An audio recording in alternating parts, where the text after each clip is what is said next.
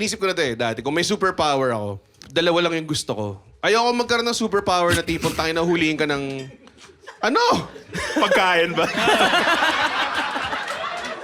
Actually, Kaya na namin eh. sinabi ko na to, di ba? Nasabi ko, game ako magsayang ng dalawang worth ng wish ng genie. Para sa isang... Para sa isang wish na... Hindi nga siya power eh. Kahit anong pwede kong kainin, walang consequence sa akin.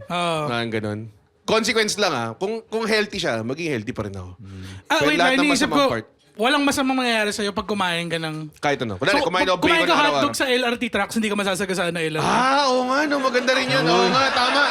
Maganda rin yun. Yung di ba papariling ka na bilang maglalabas ka ng hotdog? Bawal mangyari sa akin!